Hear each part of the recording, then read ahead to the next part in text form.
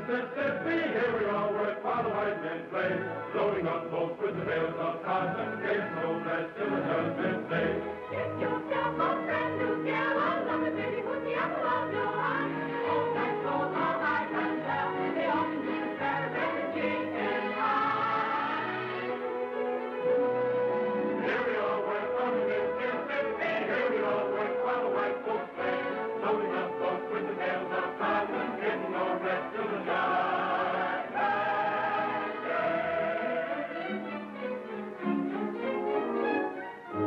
What pretty babies are there the fairest of the fair, southern beauty, every moment now. You know, oh goodness gracious, they're so flirtatious, you naughty Little women don't be timorous, you will find that she loves only and more boys, even on the days of old. See the stroke of pencil, Captain and Constant, Possum will go. Let me take you to the shadows, delightful, but too joyfully except I have to make a lot. Information from the hello, dear, from Captain Andy.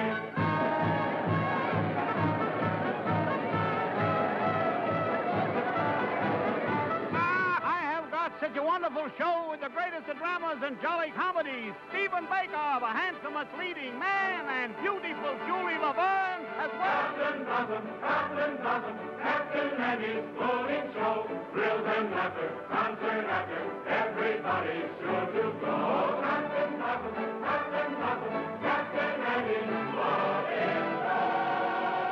Thrills and laughter,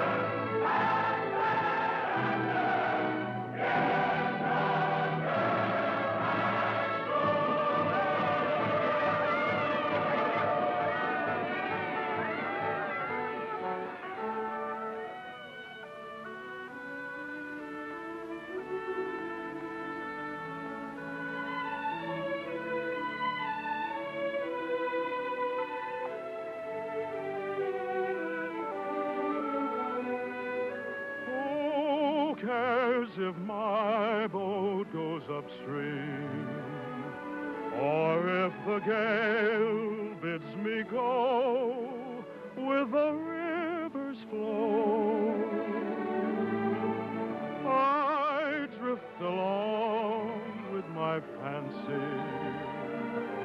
Sometimes I thank my lucky stars. My heart is free. And other times I wonder, where's the mate for me? Hello. How do you do? Are you an actress? Oh, no, but I'd give anything if I could be. Why? Well, because you can make believe so many wonderful things that never happen in real life. Well, if you like to make believe one thing, why can't we make believe we know each other? The game of just supposing is the sweetest game I know. Our dreams are more romantic than the world we see. And if the things we dream about don't happen to be so,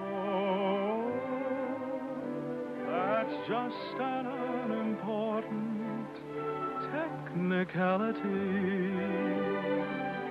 So the cold and brutal fact is, you and I have never met. We need not mind conventions, P's and Q's. If we put out a thought and practice, we can banish all regret. Imagining, oh,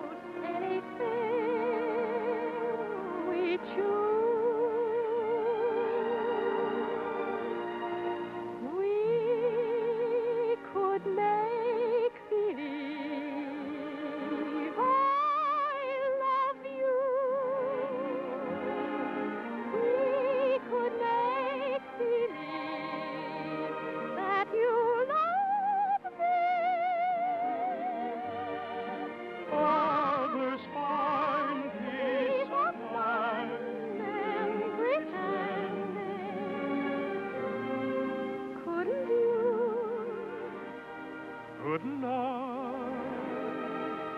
Good night. Make believe our lips are blending in a phantom kiss, or two or three. Might as well make believe I love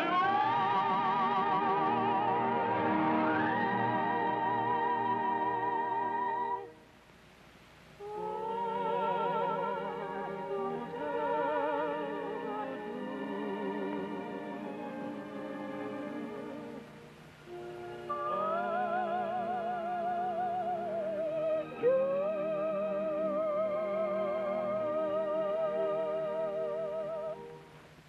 Magnolia? Yes, Mother. Goodbye. I hope I see you again.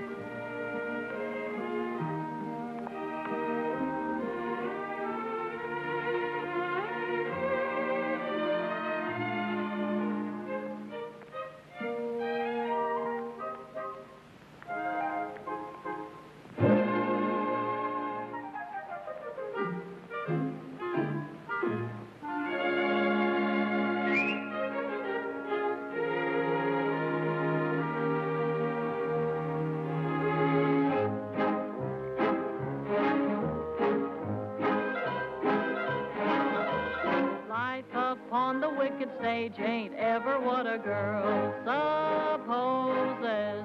Stage door Johnnies aren't raging over you with gems and roses. When you let a feller hold your hand, which means an extra beer or sandwich, everybody whispers ain't her life a whirl.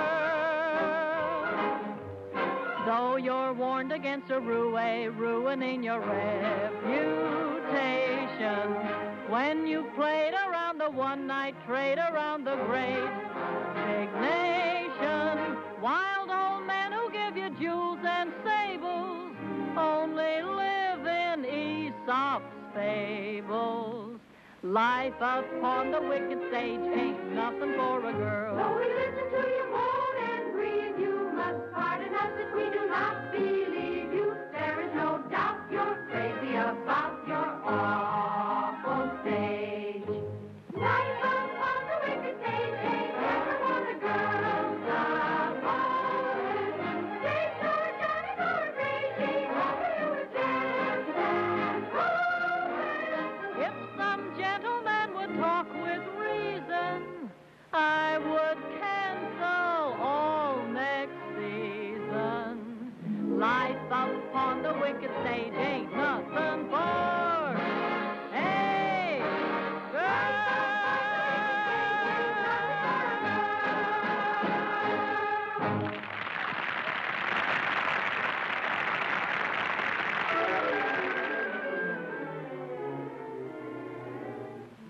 Oh, listen, sister, I love my Mr. Man, and I can't tell you why.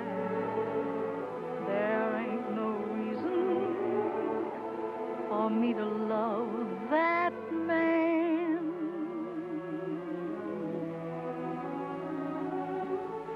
It must be something that the angels done planned.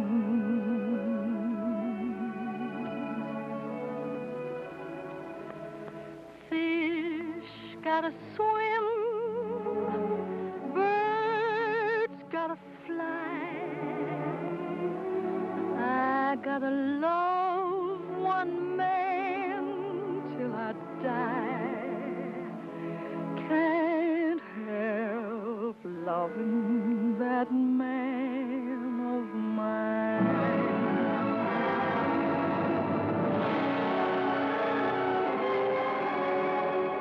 Tell me he's lazy, tell me he's slow,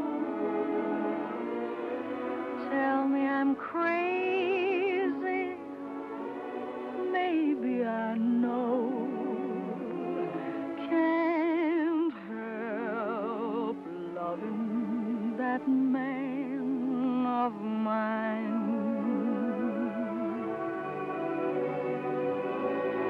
When he goes away, that's a rainy day. But when he comes back, that day is mine.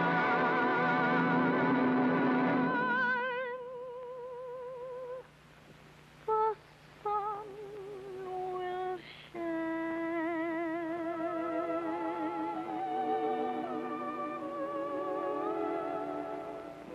He can come home as late as can be. Home without him ain't no home to me. Can't help loving that man of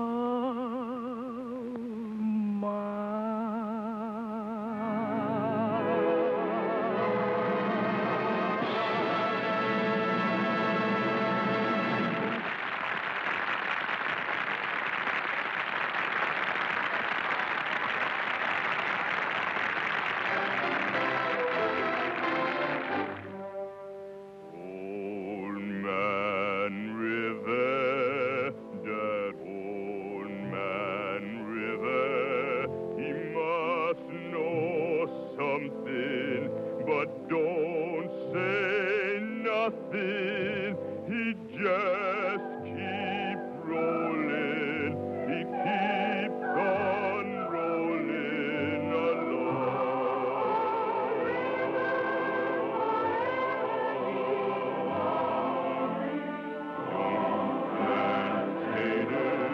He don't plant cotton, and them that plant them is some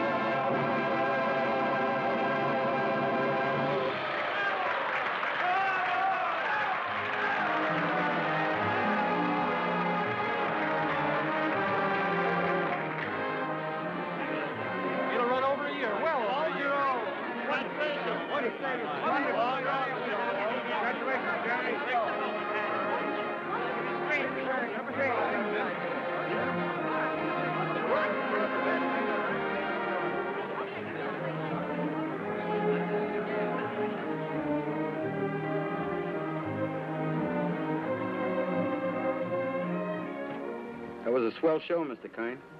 Well, thank you, Joe. Where to? To Waldorf, Mr. Kern?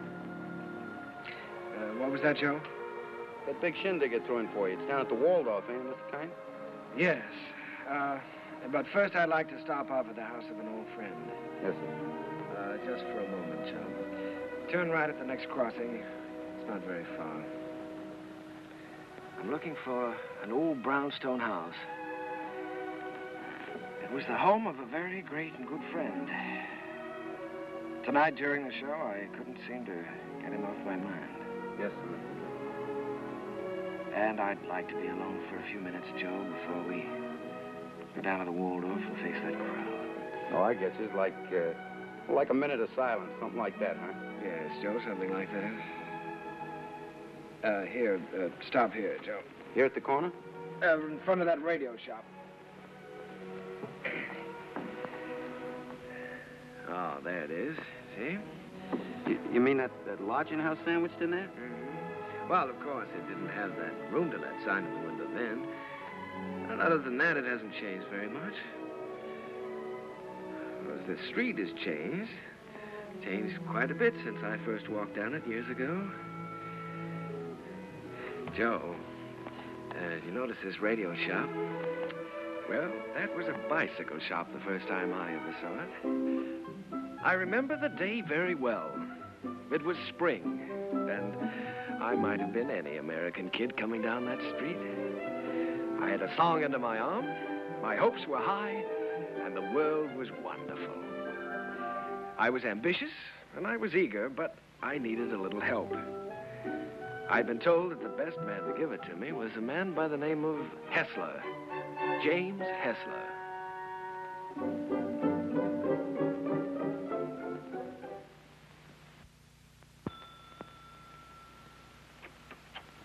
Come in. You're an hour late already. I suppose you realize that. You can start on the upstairs bedroom immediately. Mrs. Muller, Daddy wants some more roast beef. I'll be there in a second, Mr. Hessler, and see that you get to their nests, young man. He's not the moth killer. I'm a songwriter. A songwriter. I see. You entered under false pretenses. Well, it won't do you any good, young man. Mr. Hessler isn't seeing songwriters anymore. He's going in for better things. Maybe he should have the roast beef. He's very hungry. Shh. Don't mention roast beef in front of a songwriter. Look, can he snack it? No, so it is. You feel like you're going to fall down and faint, don't you? Dear. Well, you can come in for a while. Can't have people fainting in the house, not even songwriters. Thank you. Come in, come in.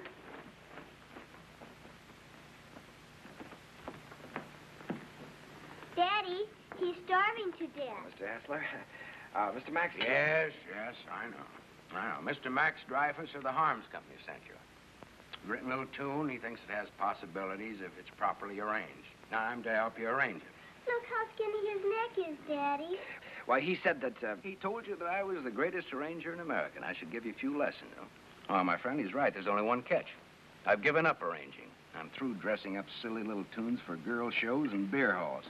I'm going to write some real music for a change. Oh, here, Mrs. Set it down here. The trouble with you songwriters is all you ever think about is making money. Here, sit down, have some roast beef. Oh, well, no, thank you. Go ahead, sit down. No, you never think of doing anything big, anything worthwhile, like Brahms or No, don't sit down there, please. It's Mrs. Hessler's place, Rester, so we always keep it set for. Oh, I'm sorry. Yeah, sit down here. No, all you fellas want to do is write sugary little tunes and make a lot of money. Did you ever hear Beethoven's Eroica? Or Mozart's Jupiter? Didn't they do something to you? Great heavens, doesn't genius touch you fellas at all? Daddy's a genius. Yes, Daddy's a genius. No, my friend, in 3 weeks I'm going to England where I can work and have some peace and quiet. No mushy little melodies to be fancied up for public consumption. I'm going to write a symphony. Daddy's going to write an opera just for me. Here, go ahead, eat up. Maybe it'll give you some gumption. Well, I'm terribly sorry, Mr. Hessler. I had a big lunch with Mr. Dreyfus just before I left. It was roast beef, too. Yeah, well, Oh, what's the matter? Just because you're not hungry, you don't have to go, do you?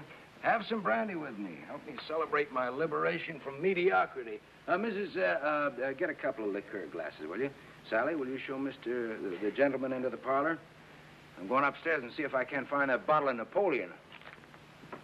Have you a song in there? Mm-hmm. I'm taking piano lessons. Daddy wants me to be an opera singer when I grow up. Why don't you write an opera? Well, Sally, I'm afraid I only write the silly little tunes. You know, the ones your father doesn't like. Let me see if I can play your song. Do you mind? Oh, I wish you would. It's very easy. Here.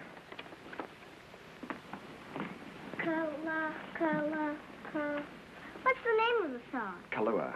That's a funny name. Sounds like candy, like gumdrop. Well, it's the name of a very romantic beach in Hawaii, Sally.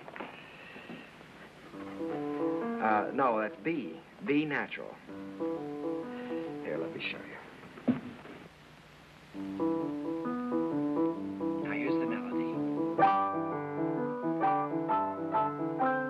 Should be played with clarinets. Oh, no, wait a minute. No, that's not right. You've got to use clarinets to play the vamp. Oh, I was thinking of using brass there. Brass and spoil your finish? Good heavens, man, you've always got to save the brass for the finish. Oh. Well, what do you think? I know. This is a romantic song. Sit down. It's sentimental. You've got to start the melody off with your strings. Divisa. Here, I'll show you. Start that vamp again, Sally. It's perfect for clarinet, see? Now, then the strings here. Divisa. Did you hear how wonderful that is?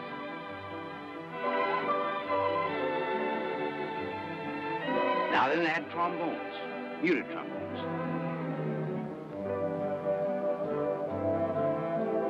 That's great, can't you just hear that? Sally?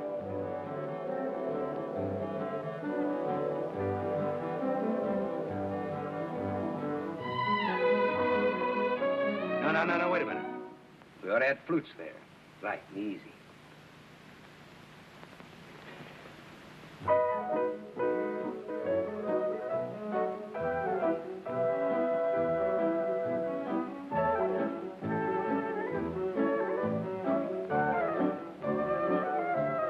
Now then add your brass.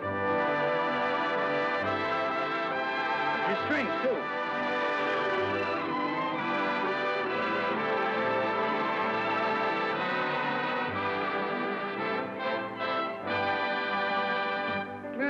See? Isn't that easy? It's a good song, too. It's very good. Is that yours? Yes. Mm-hmm. That's all right. What's your name again? Kern. Jerome Kern. Well, I'm glad to meet you, Kern. Make yourself at home. And I did. My life became a pattern of notes and clefs, tempos and modulations. We worked hour after hour, day after day. It was the beginning of a friendship. It was the beginning of a lot of things. And now, not only did I have a best friend, I had a best girl, Sally. And what a girl. Oh, those were never to be forgotten days. I hated to think of them ending. But at last the time came when Jim had to leave for England. Oh, here, Jim, let me help you. Oh, it's those symphonies of yours. They're as heavy and bulky as lead. At least they're not tinny like some tunes I've heard. Oh, Sally, honey, come here. All right, here we go. Fortissimo. Dum-da-da-dum-da-dum. Bum. Got it. Oh, you carry a lot of weight, Sally. It was easy. Come along, Sally. At least we're not going to miss the boat. Goodbye, Mr. Kern. Goodbye, Mrs. Goodbye, Sally. Bon voyage. What does that mean? Happy journey. Bye, Uncle Jerry. Be a good boy. This will be the end of it, boys. Don't forget to pack my song, Daddy. No, I'm good. She means Kahlua. Oh, that is her song, Jim. You know, if it hadn't been for Sally, I wouldn't be here now. Well, she's very fond of you, Jerry. I'm going to miss her. I'm going to miss all of you. Well, we may not be gone so long. It all depends on... You won't mind living here alone, will you? Oh, no, I'll get used to it. Jim, in case I don't get a chance at the boat, I just wanted to tell you that... Oh, forget it. I like arranging now that I'm through with it. Glad to have been some help. No, it's more than that.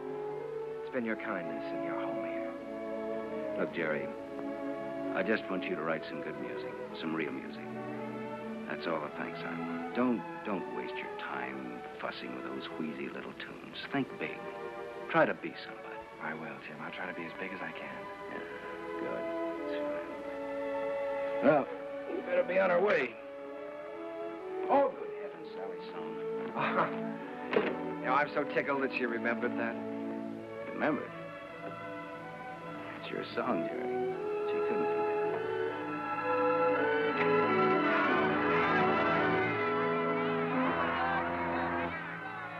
I stood there watching that boat pull out of the harbor, and I was lonelier than I'd ever been in my life.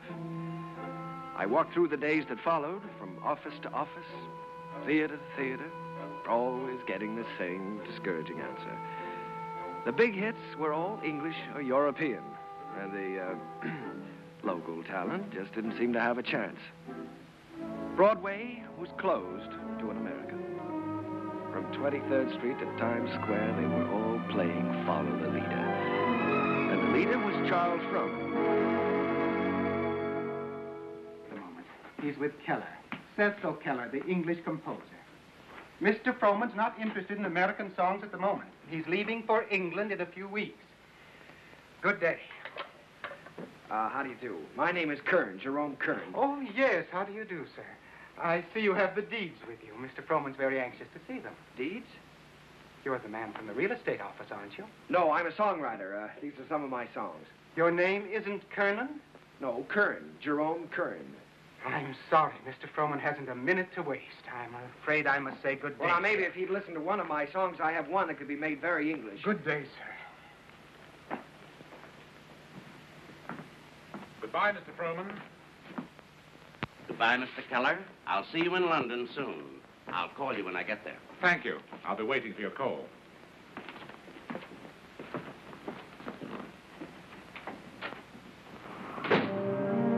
I made up my mind that I was going to try to write music with an English accent. So I sailed for London. I wish I could say with flags flying and my courage high. But the sea and I and the boat didn't get along too well together. I was mighty glad to see land again.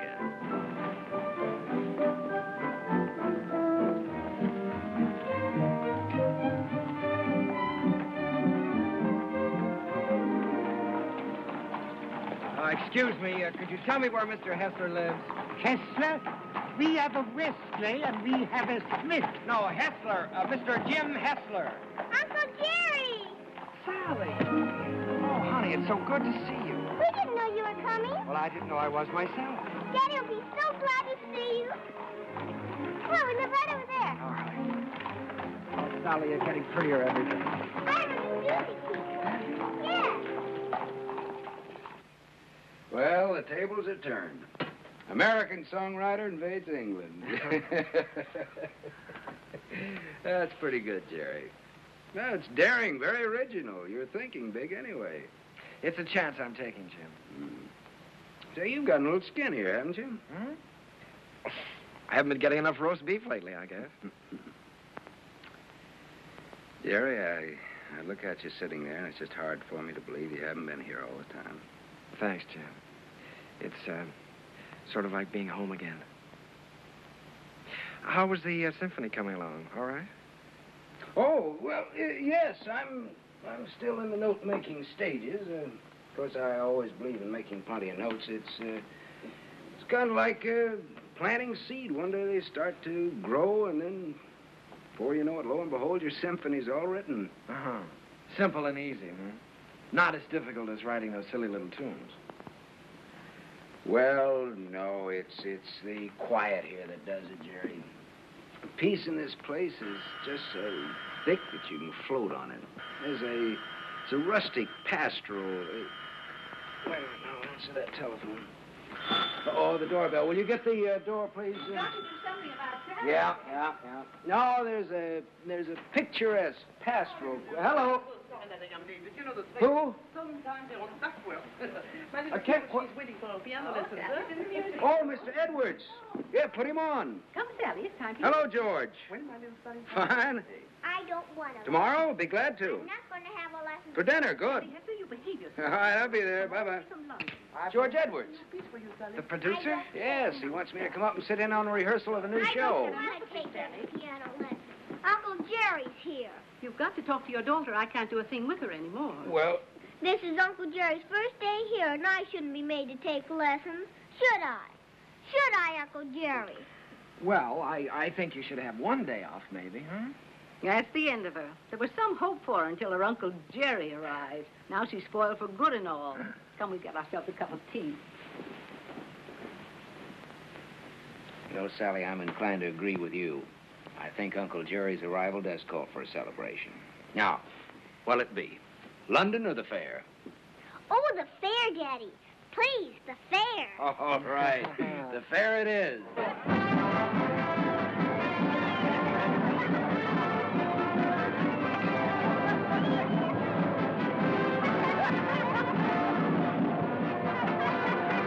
How do you do? How do you do? Hey, you all, welcome to try your way. Not see this thing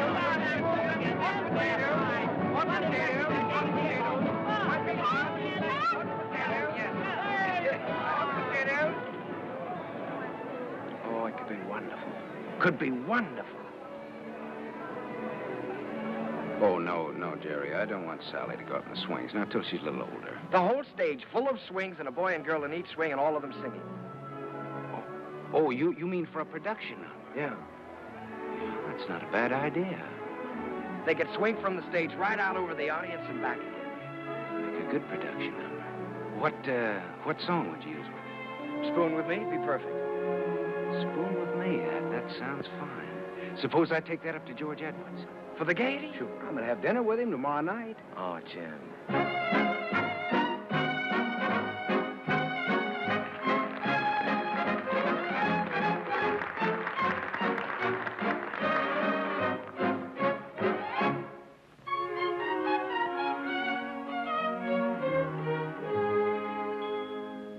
I don't know why I am so very shy. I always was demure.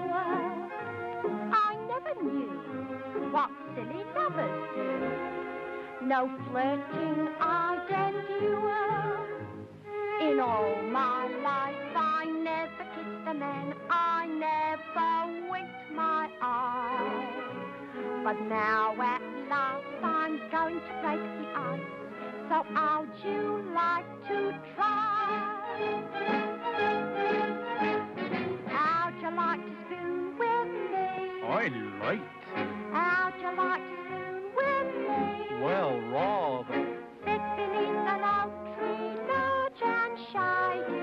Call me little Tootsie, Woodsy baby. How'd you like to hug and squeeze? Indeed, I would. Dangle me upon your knee. How'd you like to be my lovely Tootsie? How'd you like to spoon with me? What a daisy.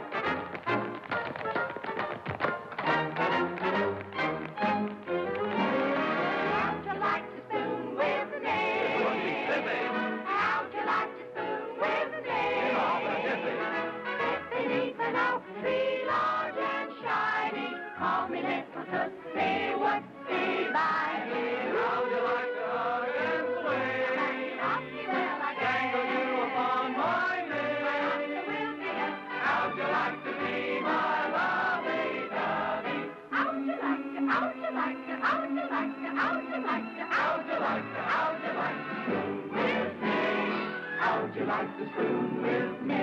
Rather.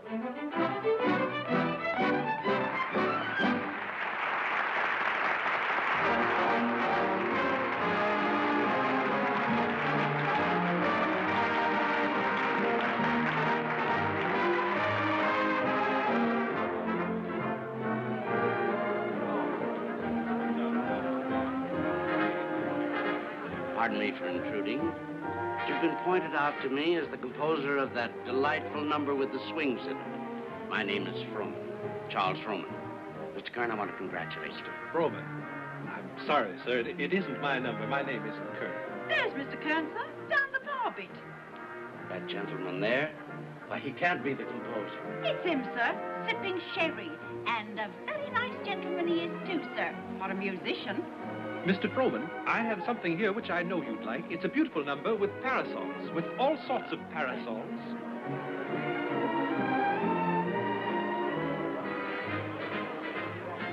Mr. Kern?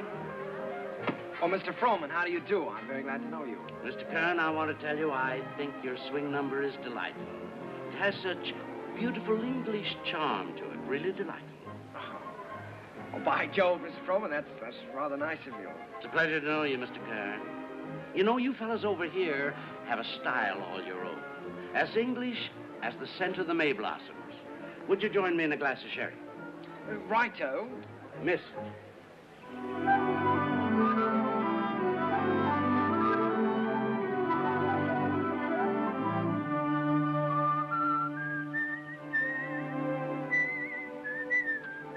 I'd give that one up if I were you.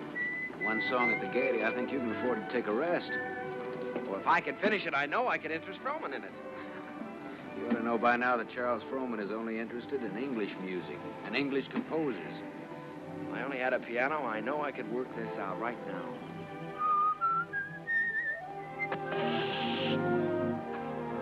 Flat. Well, it looks like you do have a little work to do. That town we passed wasn't very far back, was it? No, not very. Well, let me take your bike, and I'll go back and see if I can borrow a repair kit. No, I think I'd better go. I can talk with the natives better than you can. Well, let me do it. I can use my accent on them. That's just what I was afraid of. No, you wait here and whistle yourself a little tune till I come back. Make sure you can find this place again. I'll find it.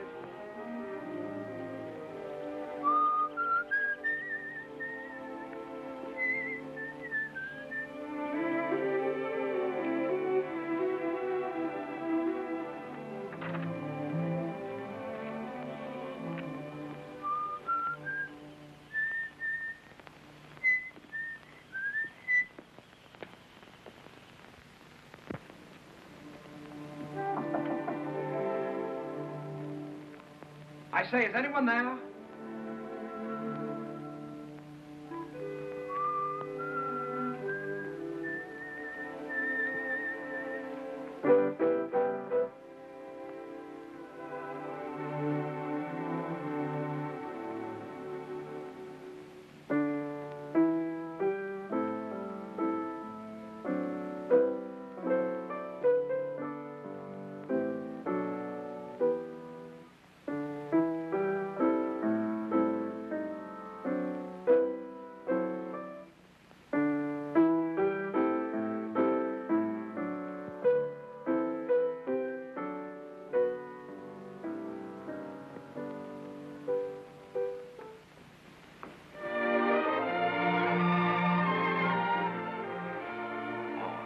How do you do?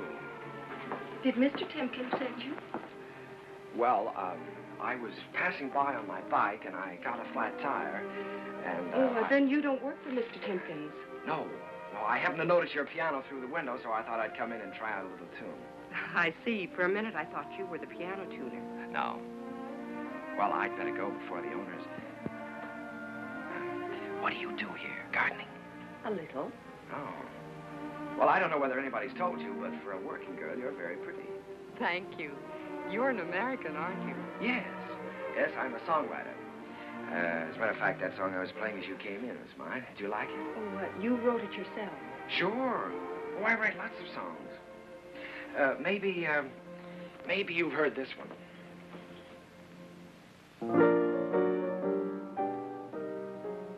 Why, that's from the Gaieties. Everybody's singing it. Uh-huh. Now, this is the one I was working on.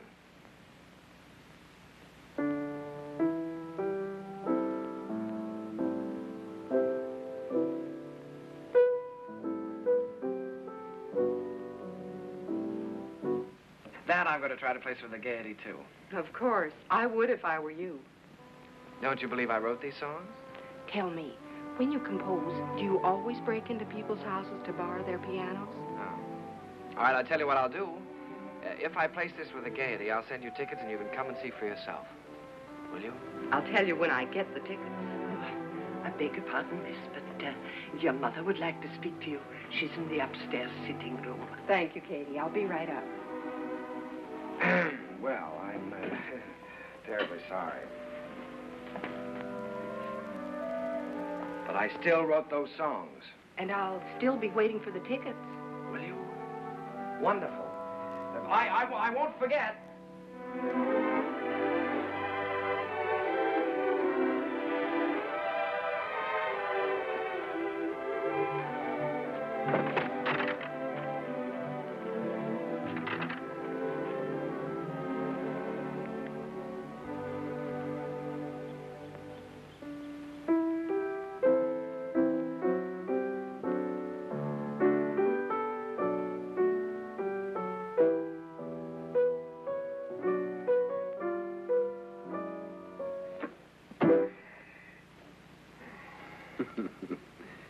And you were the lad who wasn't going to fall in love with anybody for a long, long time. Well, this girl is different.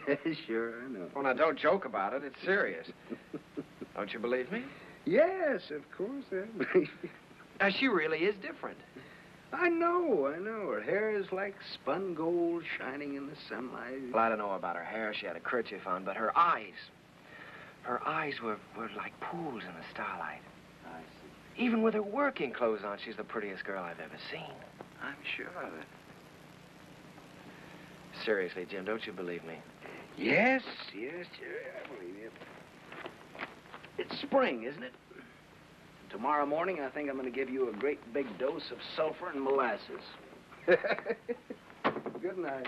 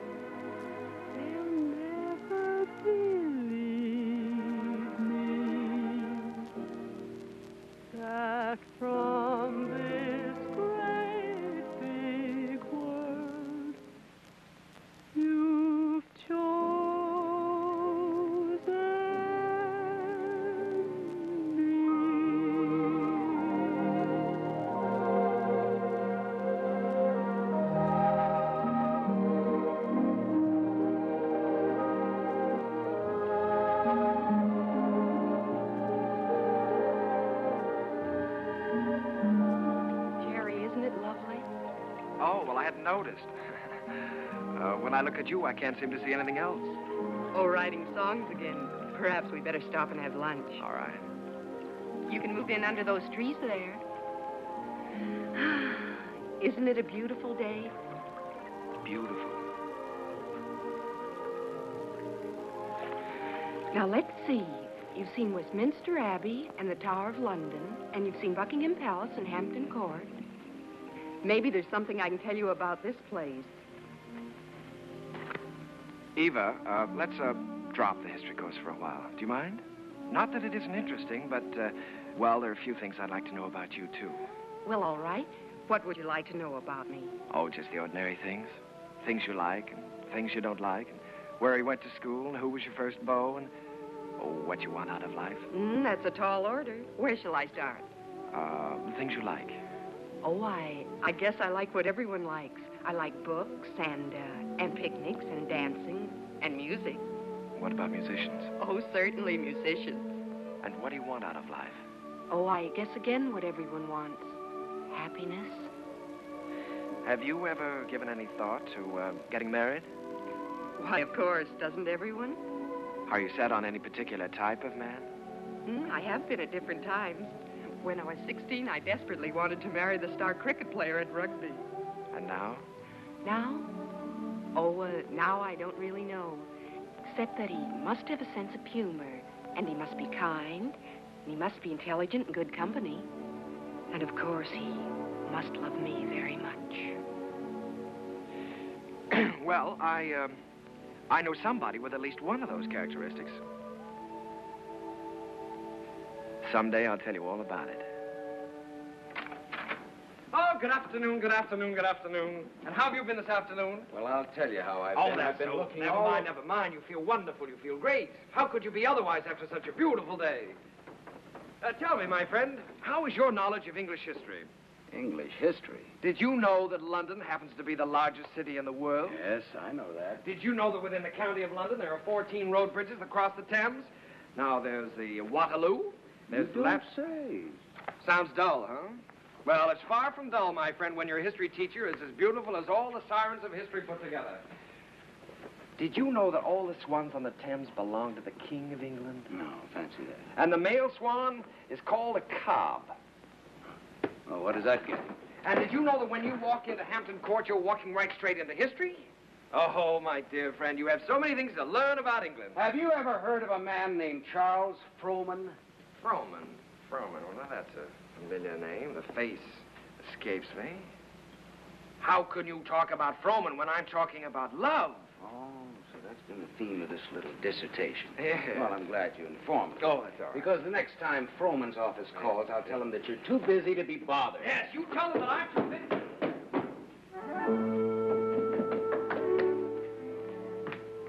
Did you say the next time Frohman's office calls? That's what I said. They've been calling you all day. But why should I bore you with such trivial details? Well, what do they want? No, dear friend, you return to your archives. Why think of the future when the past is so glorious? Oh, come on, now quit clowning. What happened? Nothing. Frohman just wants you to write 4 songs for his new show. If, of course, you can spare the time. Well, why didn't you tell me about it? Why didn't I tell you about it? Well, come on, let's get going. There's no time. We've got to do that on the ship. On the what? On the ship. We're sailing with Charles Frohman tomorrow. We have to start rehearsal in 6 weeks in New York. Oh, Jim, Oh, nothing. Look, Jerry, this is the chance you've been waiting for. You certainly are full of surprises. I thought you'd be up in the clouds. I feel like I've just been yanked out of the clouds.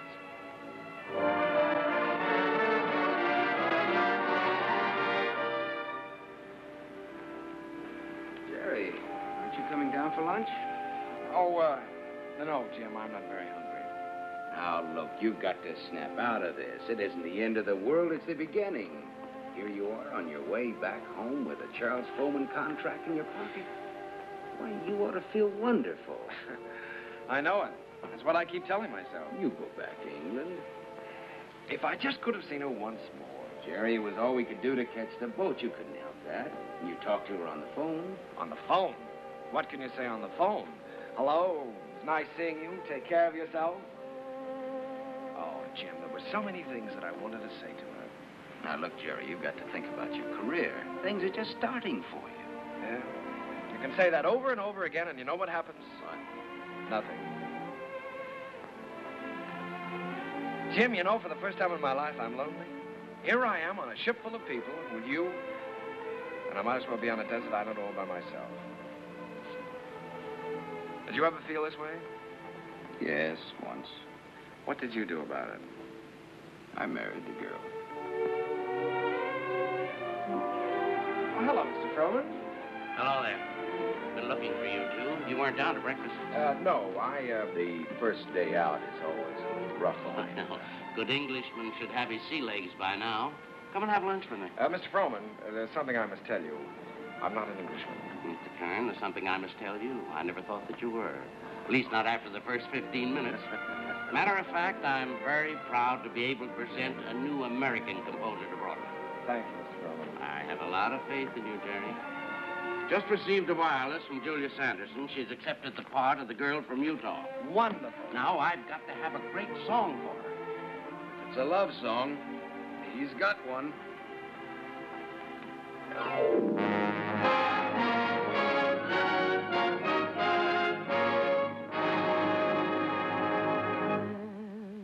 When I told them how wonderful you are, they didn't believe me. They didn't believe me. Your lips, your eyes, your teeth, your hair are in a class beyond compare. You're the handsomest boy that one could see. And when I tell them, and I'm certainly gonna tell them, that you're the boy whose wife one day I'll be.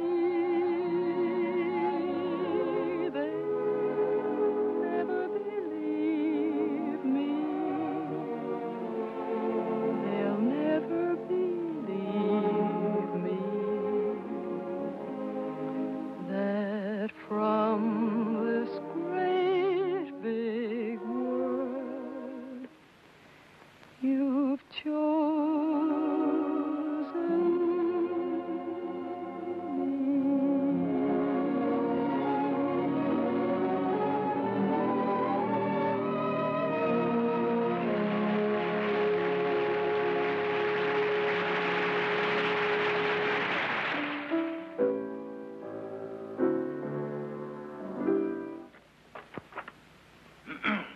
Here.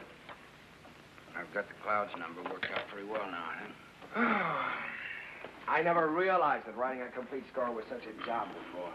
Well, one good all-night session like this does wonders. We could use another week. We weren't 3 weeks late already. I hope he likes it, Tim. Rowan, he'd be crazy about it. He hasn't gone out and bought himself another show while he's been waiting. Good morning. Sally, what are you doing up? I'm going to have my breakfast. Right. It isn't morning already. No, it can't be. Sally, you'll be late for school. I'm coming. Say, Jim, don't you think I better call Froman's secretary and get an appointment? You better call him at home. It's a little early. Good morning. Brian, 2446, please. Do you think it's in good enough condition for him to hear? Oh, yeah, sure. It's in good shape for a first draft. Hello, this is Kern, Jerry Kern. Mr. Froman was expecting me to call today about an appointment. He's leaving for England. Well, but he promised that he was going to listen to my show, Oh Boy, for his next production. Sales today. Oh, all right, thanks.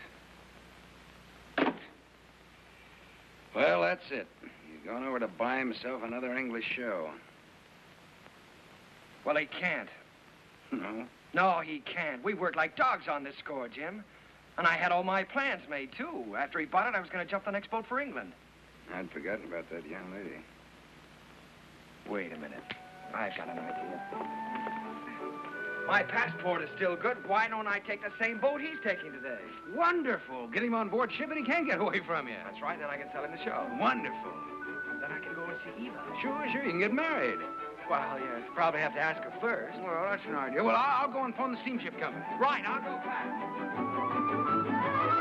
Driver, you think you can make it all right? If we get a break in traffic and the old engine holds out. Jerry, come on now. We've only got a few minutes. Jerry, if you want to miss that boat, come on here.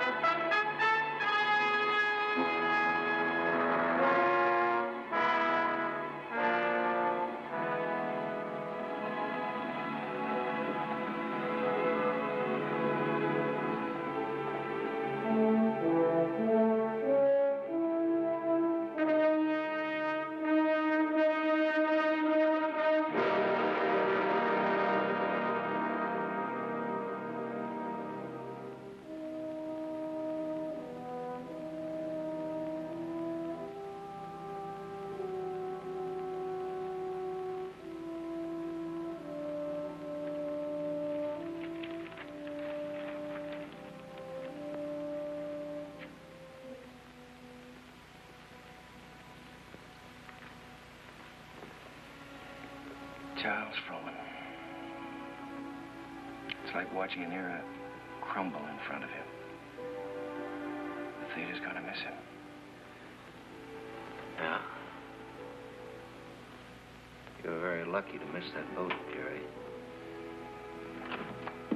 Seen Max around?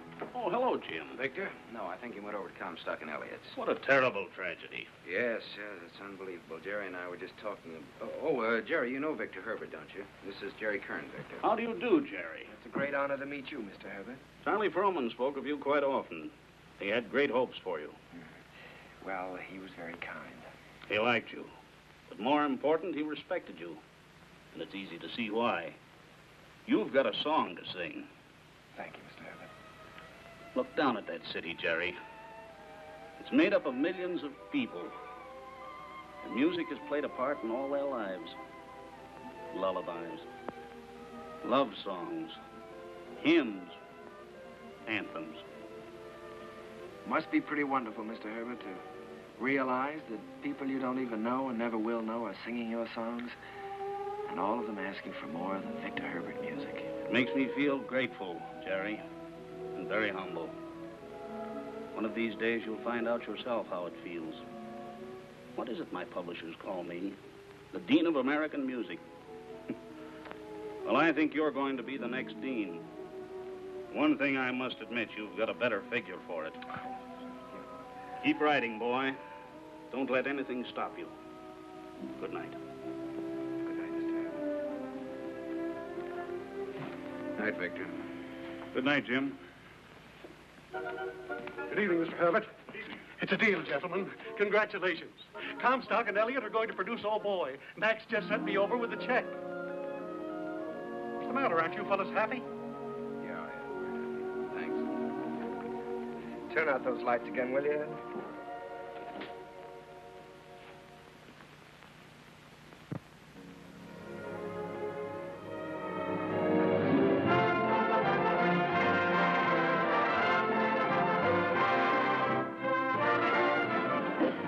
Well, there it is, in lights.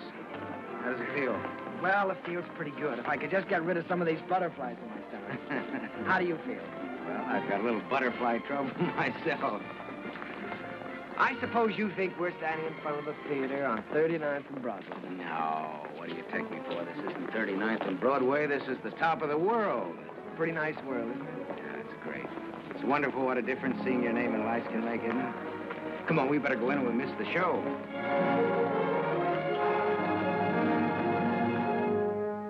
The rain comes a pitter-patter, and I'd like to be safe in bed. Skies are weeping while the world is sleeping, trouble heaping on our heads. Is there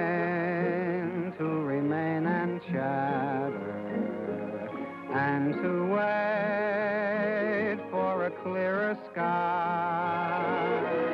Helter skelter, I must fly for shelter till the clouds roll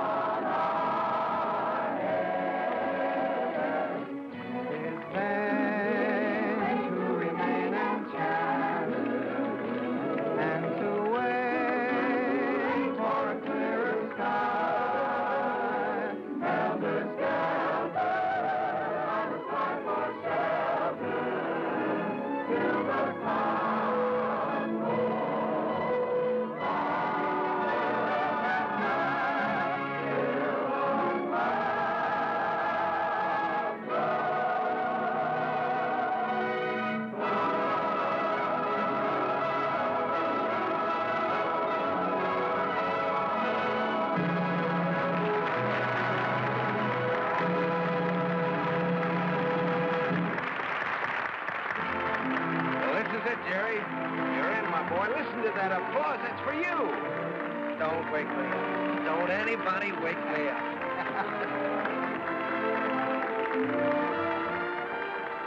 Figured out how you're going to spend your money yet? Well, for one thing, I think I'll buy an interest in Harms. For another... You think you might take a little ocean voyage? Well, good luck. I don't see how she can possibly say no. No, that's what I'm worried about. I'm afraid she is going to say no, Jim. You know, I can't get her out of my mind. She's... Yeah, I know. I've been through this before. She's everything you've ever dreamed of on this earth. She's everything I've ever dreamed of in heaven.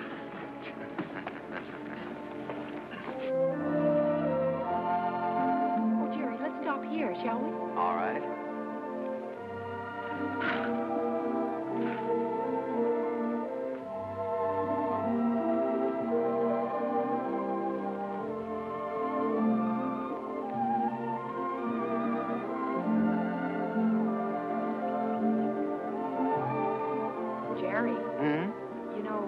Write very often.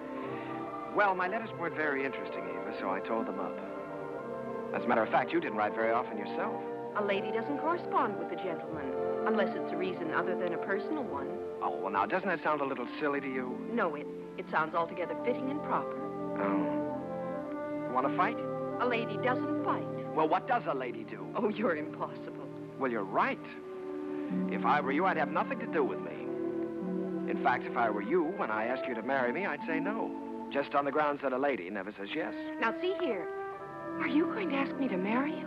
Might, with a little encouragement. A lady doesn't... In my country, if a lady wants to be asked, she has to be encouraging. In my country... In your country? What in your country? Well, there are proper ways to go about such things in every country. Oh. Well, then let me put it this way. From the very first moment I saw you, when you walked in from the garden, I knew that out of all the women in the world, I'd finally found the right one, the only one. I wanted to tell you then. I wanted to say, hello, funny face. I don't know your name or anything about you, but I've loved you all my life. You were my first school teacher, my first date, the first girl I ever kissed, and everything in the world to me. You see, I recognized you immediately. You thought all that? That's right. I stood there thinking that, wondering what you'd do if I kissed you. What would you have done? What would you do now?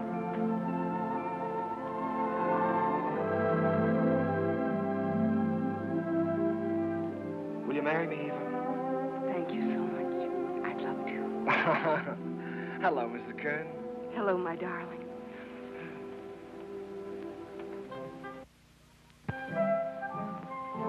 They're here, Daddy. They're coming up the steps. Welcome home. Jim! What, you old fox, you really did it this time. Nothing, my boy, nothing, just a little gesture. Jim,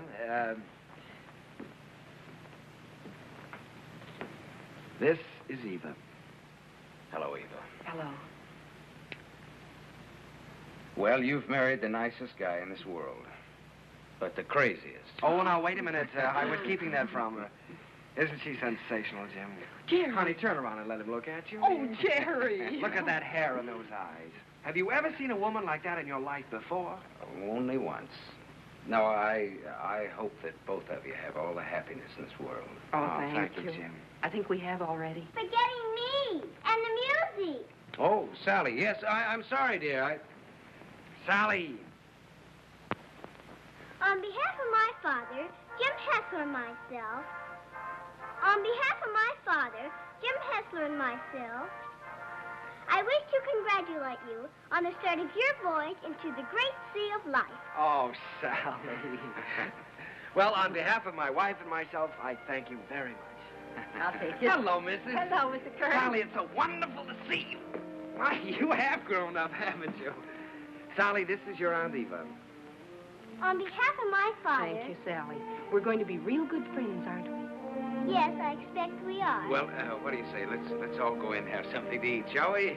Oh, Jim, it's so good to be home again. Yes, it was good to be home.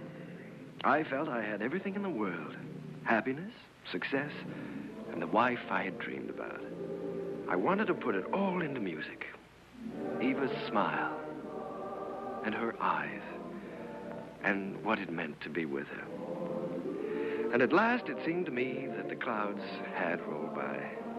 First, there was Leave It to Jane. Leave it to Jane, Jane, Jane. I don't know why you should make me plot and plan for you. She is the girl with... I always try to do everything I can for you. No problem, you can wish on her, gives her a string. She'll tackle gaily, a score or more daily. If something is on your mind, And I can see that there is not a doubt of it. comfort you soon will Leave it to find. me, I will soon get you out of it. If you have started worrying, kindly refrain and just hand over the whole thing to Jane.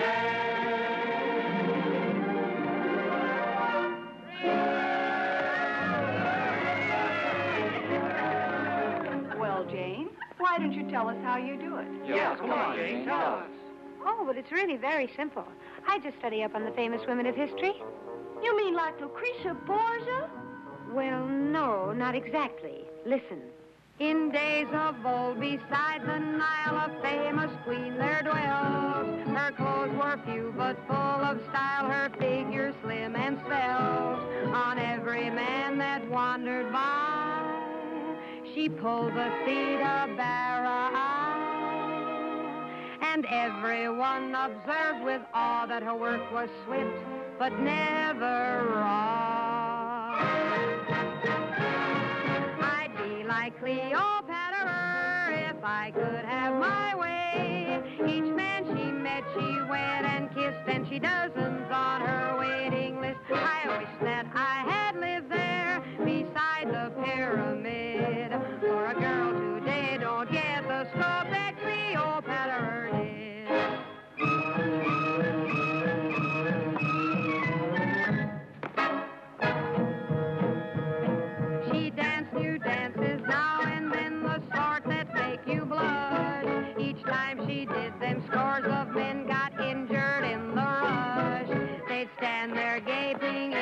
line and watch her agitate her spine. It simply used to knock them flat when she went like this and then like that. That dancing Cleopatra was always on the spot. She gave those poor Egyptian kings something else to watch besides the Sphinx. Mark Antony admitted that what first made him skid was the wibbly wobbly wibbly dance that Cleopatra did.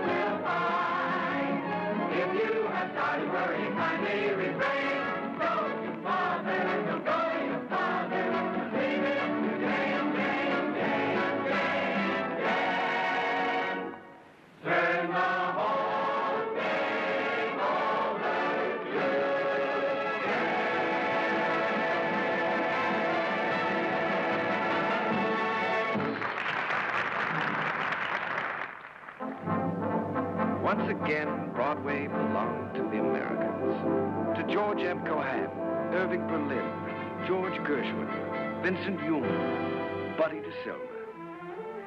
I was working in mighty great company.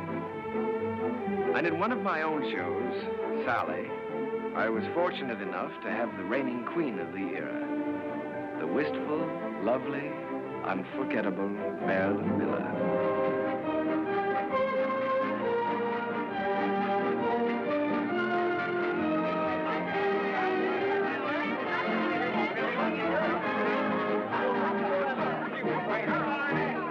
I got a couple new polo ponies there. All right, Larry, thank you. Hazel, my dress. I have it right here. We're going to have to hurry. How's it going? My goodness. No, this is mine. Did you see me trip? Oh, you covered up. More flowers from Mr. Ziegfeld. Oh, how wonderful. Says the first act was a dream, signed Flo. Well, she said the second act. Don't worry about the second act. Second's better than the first. No. Thank you. Hazel, is everything ready for the quick change? Everything's ready in the stage dressing room. All right. Thank you. Hazel, you got everything? Yes, everything's here. All right, let's go. Good luck, Miss Miller. Thank you. Good luck, Larry. Oh, fine, Miss Miller.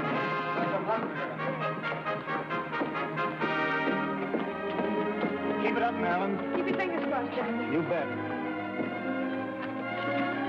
Oh, here you are, Miss Miller. Everything is ready. All right, Sam. Here you are, Miss Miller. I got it nice and warm for you. Put it right here. You got everything now?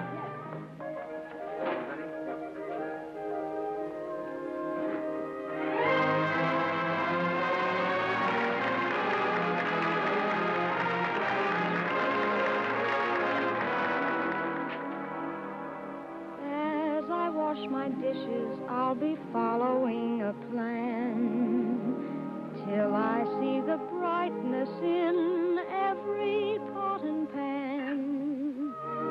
I am sure this point of view will ease the daily grind, so I'll keep repeating in my mind.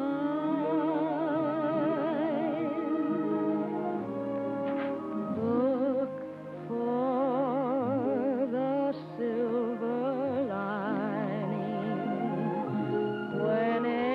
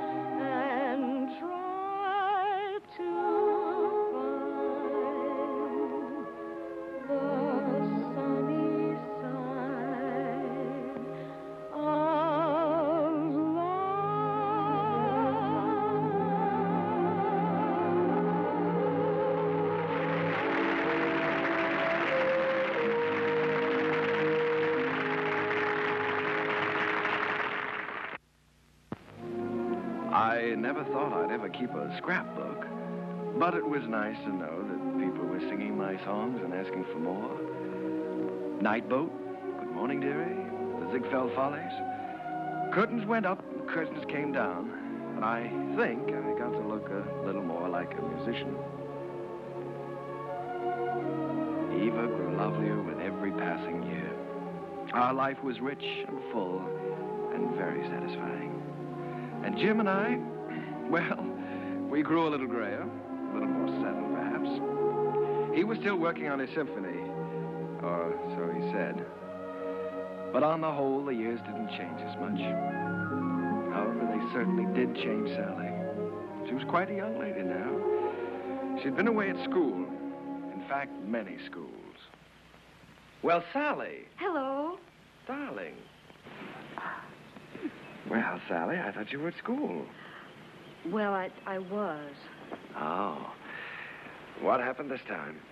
I just can't stand that school anymore, Uncle Jerry. I've left, and I'm not going back. What does your father say about that? Well, he hasn't said anything yet. He doesn't exactly know. You see, I just left there this morning, and I came right out here to talk to you. Oh, Uncle Jerry, I had to leave. I hated it so much I couldn't eat or sleep or anything. This is the third school you've left now, isn't it, Sally? Yes. Well, now, it seems to me that you ought to be able to make a go of one of them. Oh, I just don't seem to fit in very well. The kids all seem so... Oh, I don't know. All they're interested in are parties and clothes. They seem to think that's all there is to life. Oh, Uncle Jerry, I wish you'd talk to Dad for me. He'll listen to you. Well, Sally, you know your father isn't well. Then I ought to be home where I can take care of him. You ought to be at school completing your education. You want to make something of your life, don't you? Oh, I've had an education, and now I want to get down to something serious. Oh, Uncle Jerry, you did promise you'd help me get a start in the theater. I said I'd help you when you were ready. Your father wants you to complete your schooling first, Sally, and he's the boss. Oh, Uncle Jerry, Dad's forgotten what it's like to be young and feel like this, but you haven't. You haven't forgotten what it's like to stand on Broadway and look up at the lights and think, someday I'll see my name up there. You remember that feeling, don't you, Uncle Jerry? Yes, Sally, I've got to admit it, I do. Well, then that's more important than school or anything else in the world, isn't it? Isn't it, Uncle Jerry?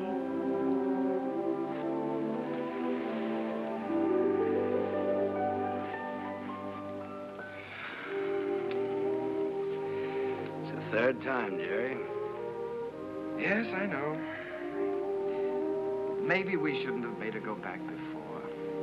After all, if she hates it so much. Oh, Jerry, you can't keep on running away from things all your life.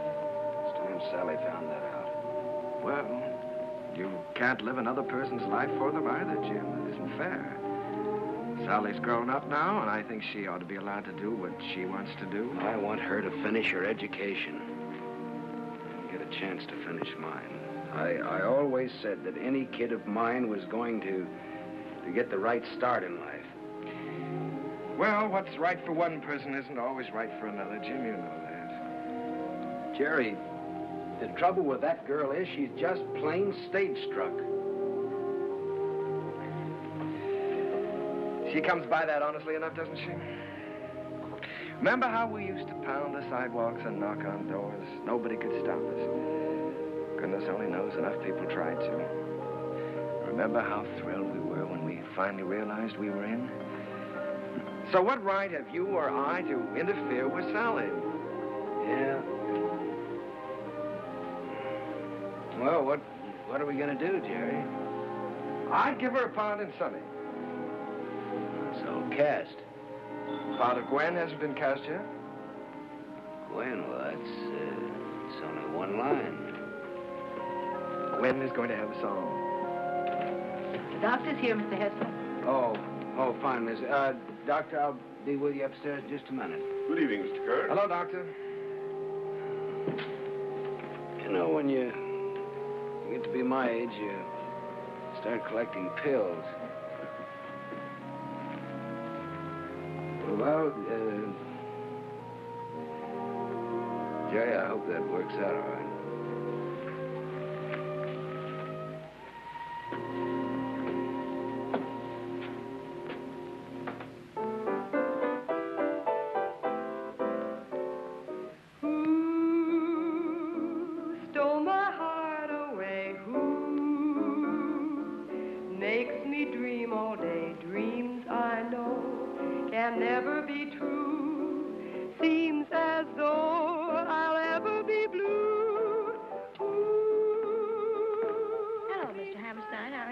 Very well, Miss Miller, and you? Hello, Oscar. Jerry. This is a charming number. I was just telling Jerry how much I liked it. What a fine lyric you've written. Oh, thanks. Jerry, I've just been talking to Mr. Dillingham, and he thinks that Who should be a big production number instead of a solo, and that, of course, Marilyn ought to sing it. Oh. Well, then, of course, we'll have to do it. It puts me in rather a tough position, though, Oscar. After all, I did write it for Sally. I know you did, Jerry, but we'll give Sally something else. Oh, she's going to be awfully disappointed. It's a wonderful song, and I'd love to sing it, but I hate to take it away from her. Well, it's for the good of the show, Marilyn. I think you're right, Oscar. Have you thought, though, how you're going to tell Sally? It's not going to be easy. Oh, I thought you should tell her, Jerry. Oh, I was afraid you would. Well, after all, you know her so well, it shouldn't be too difficult. Well, it would be a lot easier if I didn't know her so well. Would you like me to tell her? I'm sure she'll understand. Would you do that, Marilyn? Certainly. Ask her to meet me in my dressing room. And don't worry. Thank you, darling. But Uncle Jerry wrote that song for me. I know. And I know how disappointed you must be, too. But, Sally, disappointments are part of the theater, and you've got to be able to take them. Well, the very same thing happened to me in my first show. I had to give up my song to the star. I think I felt pretty much as you're feeling right now. Then I think it's a pretty low, miserable trick for you to pull on someone else. Sally, listen to me a minute. This is your first show. You're just starting. And there are going to be a good many songs and a good many shows for you. It may be difficult for you to understand now, but one day you'll realize you've got to give and take, whether you like it or not. I'll never take a song away from anyone else, especially if it's their first real chance. Sally, please don't put this on a personal basis. I don't want to take the song away from you. Then why are you doing it? Mr. Dillingham thinks it's best for the show. And what's best for the show is more important than what I want or you want or any personal feelings involved. Don't you see that, Sally? Yes, I see it all right. You're trying to take my song away from me, and you aren't going to get away with it. Uncle Jerry wrote that song for me, and I'm going to sing it. I don't care whether you are the star. You're not going to take it away from me. Sally! She can't have my song, Uncle Jerry. Don't let her talk you into it. I don't care what happens. She can't have my song.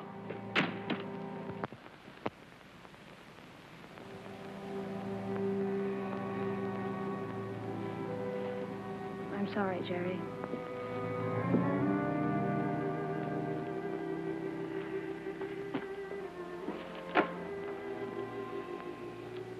What is it, Sally?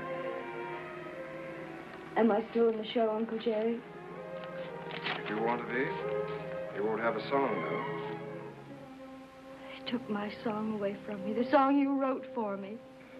Sally, there's a little thing called For the Good of the Show. Apparently the show didn't seem very important to you this afternoon. Not important?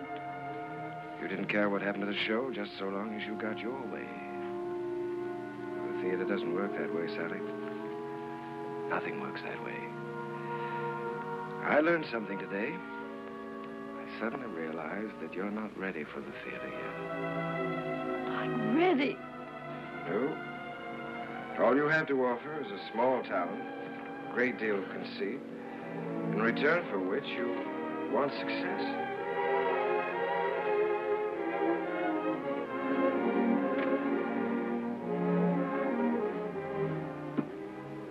Sally, I've known you and loved you ever since you were a little girl. I couldn't love you anymore if you were my own child. But I must say this to you. You're not going to get anywhere in this life by using people. And until you realize that, you're not going to have the respect of anyone. Sally, I'm ashamed of you.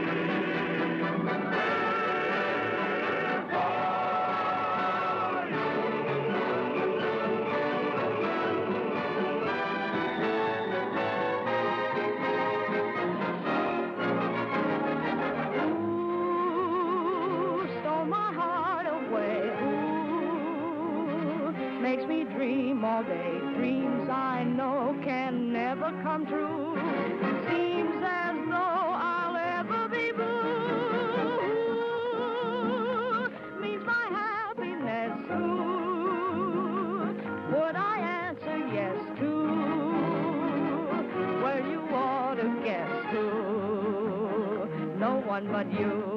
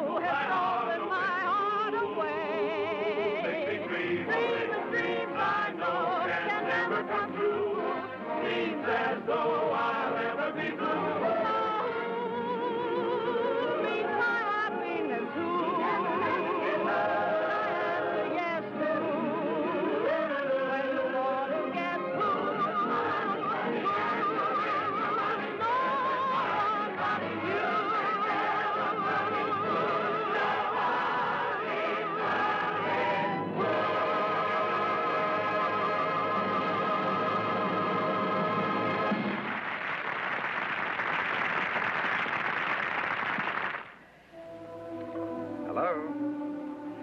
Yes, Miss Mullum. You sent for the doctor? Is Sally there? Oh.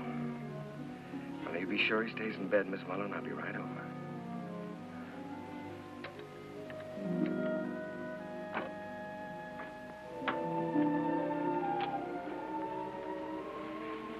The doctor get here? He's upstairs in Mr. Hessler's room.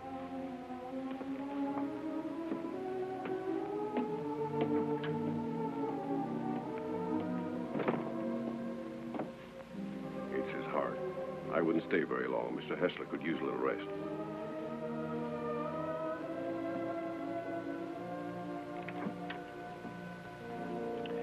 Well, good evening, Jim. Oh, Jerry. We missed you at the theater tonight. How are you?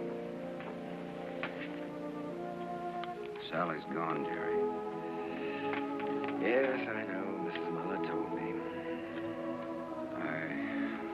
She didn't come down for dinner, so went up to her room.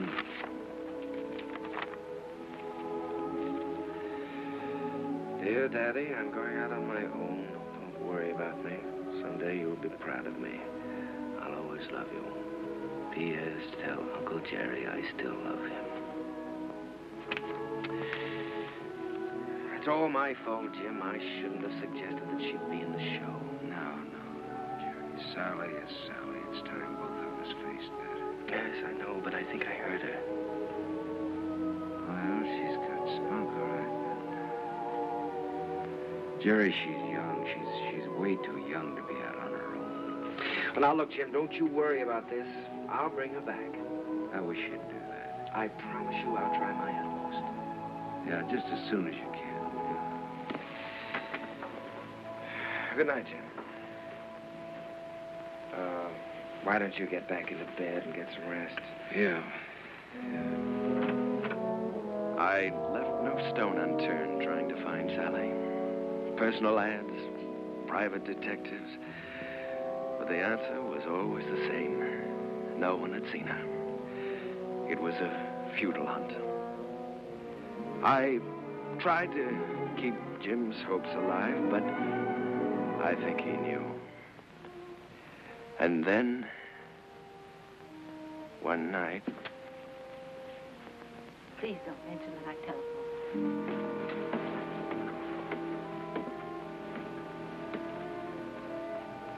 I think, Mr. Kern, you'd better go up right away. He's been asking for you.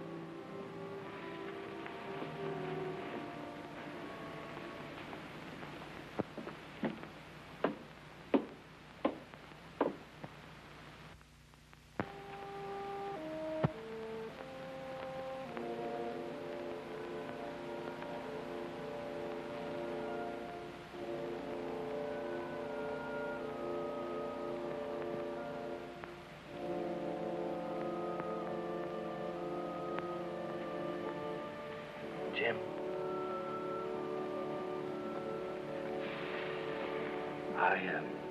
I was just driving by. I thought I'd drop in and say hello.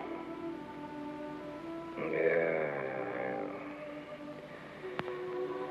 You forget I've known you a long time.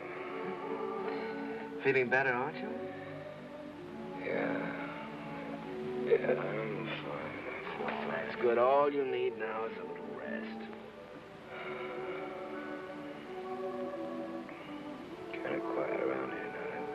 Yes, it is, but things will be popping again just as soon as Sally comes back. Have you heard from her, Jerry? No, not directly. But I've got a couple of very good leads. I've got a hunch they won't be very long now. Then I'm going to see to one thing, Mr. Hessler. You're going to finish that symphony. I've kept you from that too long now. Oh, I forgot about that symphony. Forgot about it years ago. Well, what about your notes? I never made any notes. I was just posing as usual. You know, I used to go around hollering about being a genius. You are a genius, Jim. You with your wheezy little tunes. You were writing the real music. The folk music of America. Thanks, Jerry, for letting me kind of stick around. No, wait a minute. Let's get something straight, Jim. I didn't let you hang around. If it hadn't been for you and your faith in me, I would have quit half a dozen times, you know that. And if we're going to start handing out bouquets, I just want you to know that I don't know where to begin to thank you.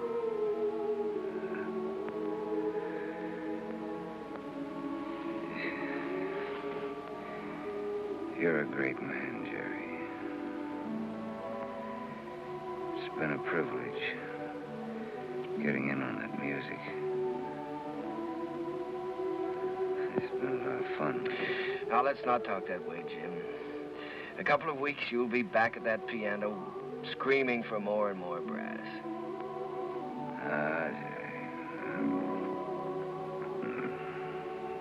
This looks like the time for strings.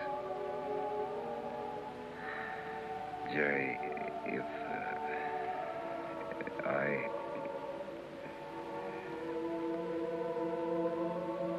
want you to look after Sally for me. Jim, you're going to be all right. So is Sally. In a couple of weeks, why, we'll be laughing about this.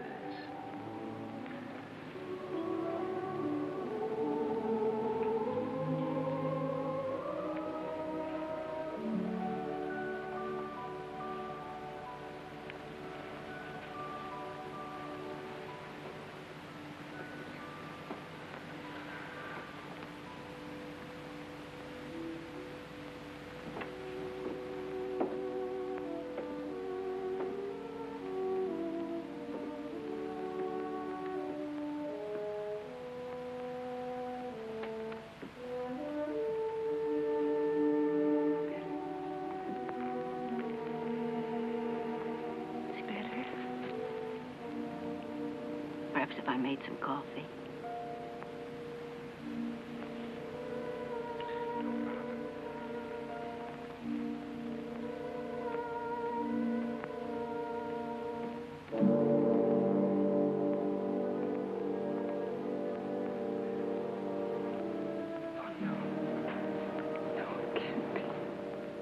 Mr. Kern had hardly closed the door when he...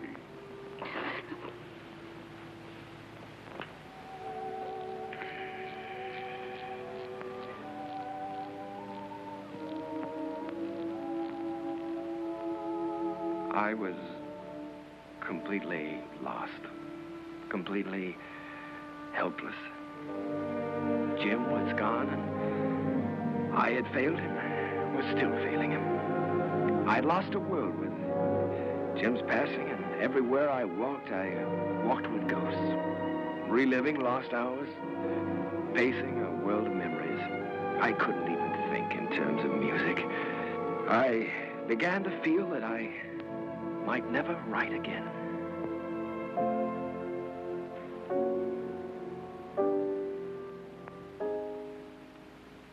How long has this been going on?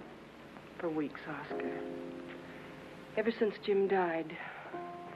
He's a score to write me. Hasn't done one song. Well, that certainly doesn't sound like Jerry. He seems to have completely lost heart. Have you had any word of Sally? No, but he has every friend he ever had in show business looking. Well, don't worry about it. He'll turn up. It's Jerry I'm worried most about. You know, Oscar, I believe he's beginning to think he can't write music anymore. It's heartbreaking to watch him.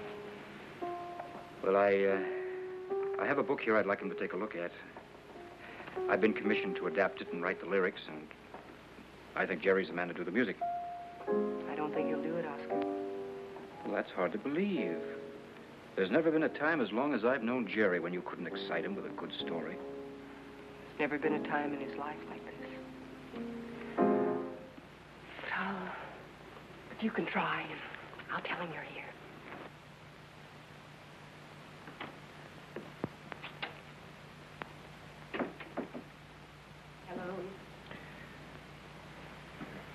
How's it going, dear? Oh, fine, darling, fine. I was just tinkering a little bit with the melody, but it's going to be all right. Of course it is. Aye, it is raining, isn't it? Jerry, Oscar Hammerstein's here. Oscar? Oh, darling, why didn't you tell me? Oscar, come in. Hello, Jerry. My goodness, it's good to see you. Won't you sit down? Sit down. Thanks, Jerry. Well, what's new? I'll tell you what brought me out here, Jerry. I came across a novel that I think's going to make a great show. Now, if you'll do the music, I'd like to do the book. Oscar, I'd love to. I really would, but, I have so many commitments right now that I don't think it wouldn't be fair to you or anyone concerned. Suppose I leave the book with you and you glance through it when you have time. Oh, it's no use, Oscar. Well, I'll leave it anyhow. See you next week. Won't you stay for dinner? I'd certainly like to, but I have to get back to town. Bye, Eve. I'll see you to the door, Oscar. Goodbye. Bye.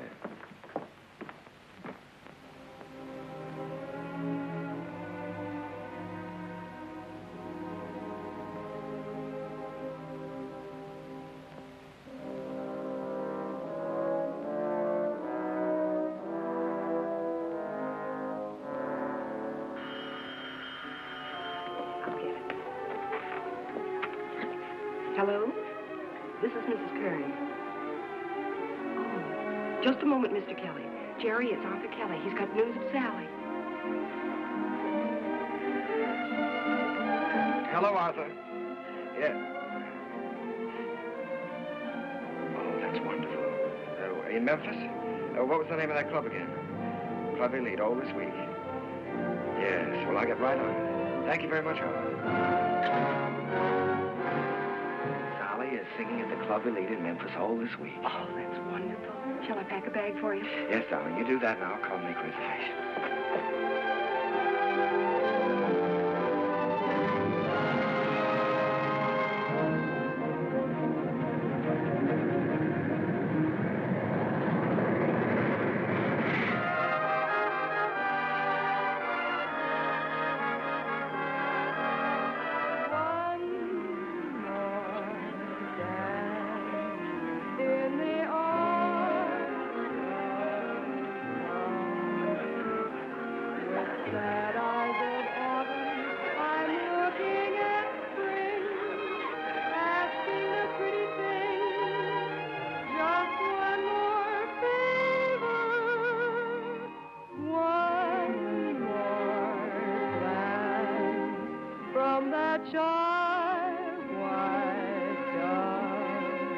One more night, if you will.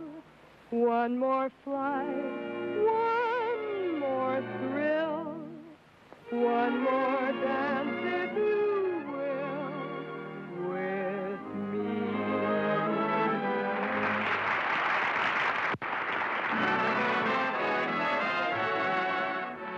Will you dance with me? Oh, no, thank you. No. Go ahead and dance with us, Charlie. Thank you. Go ahead. Charlie. Will you dance with me? I sure will, baby. What's this? Sit down.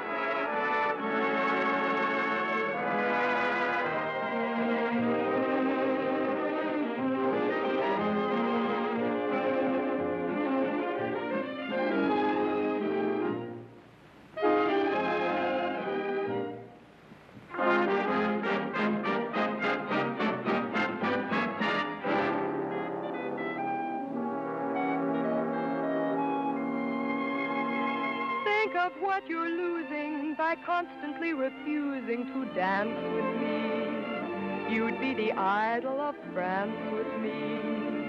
And yet you stand there and shake your foolish head dramatically while I wait here so ecstatically.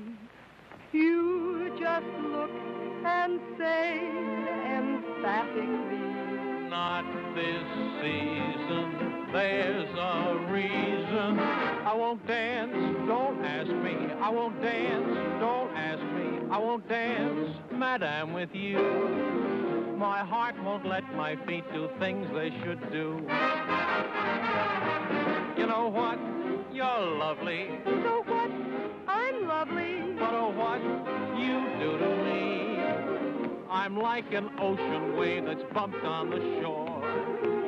I feel so absolutely stumped on the floor. When you dance, you're charming and you're gentle, especially when you do the continental. But this feeling isn't purely mental, for heaven rest us, I'm not asbestos, and that's why I won't dance. Why should I? I won't dance. How could I? I won't dance. Merci beaucoup. I know that music leads the way to romance. So if I hold you in my arms, I won't dance.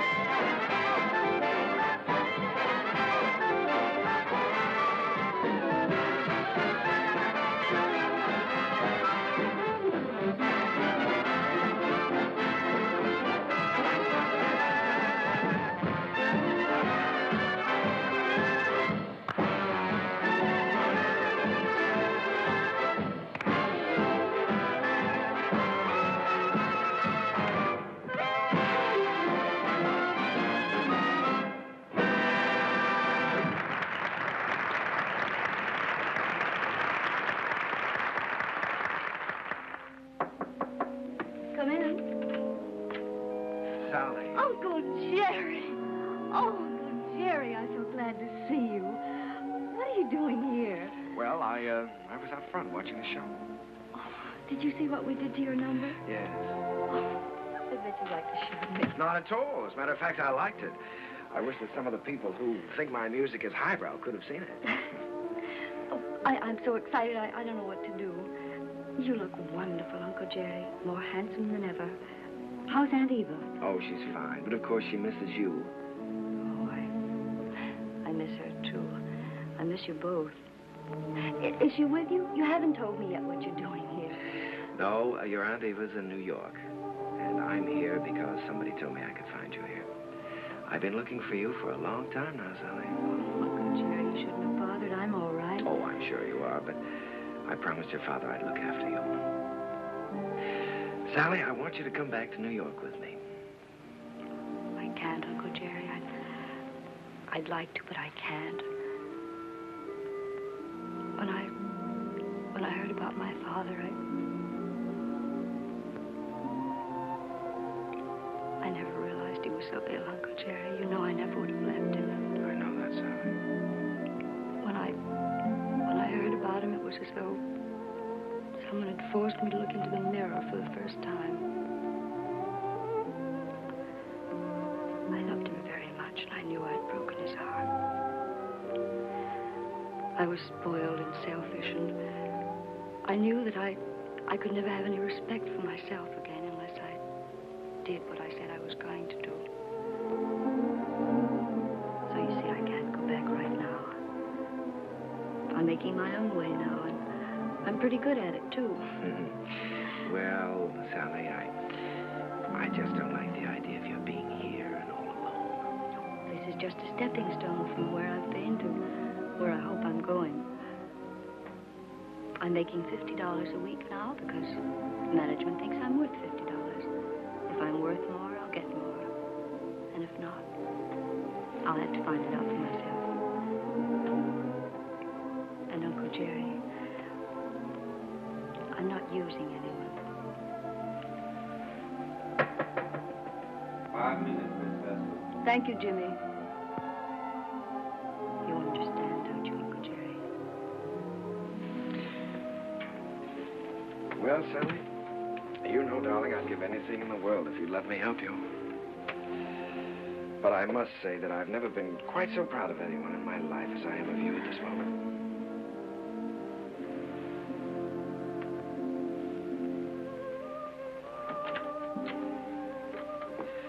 Good luck, darling.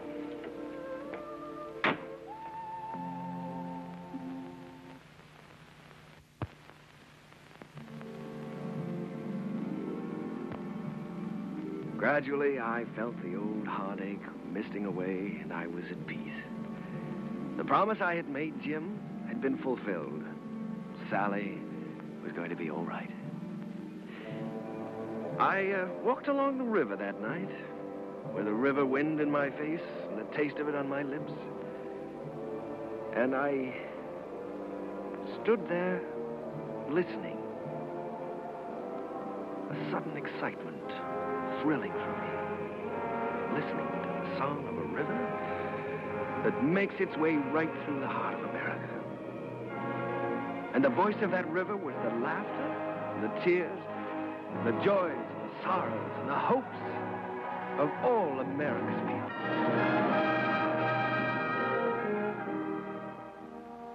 Well, Joe, that's my story. It's too bad Mr. Hessler couldn't have been there tonight, Mr. Kern. He was there, Joe.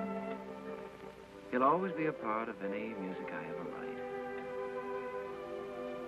Whatever happened to Miss Sally? Well, I don't know exactly. She's on her own now. Maybe I'm just getting tired of something, but ever since Jim's been gone, I feel like everything is sort of ending for me. Maybe my music is ending too, Joe. Ending? After that show tonight? Hey, I gotta get you back to the Waldorf. You got some vows to take. No, sir, Mr. Kern. Your music ain't ending for you. In my opinion, it's just the beginning.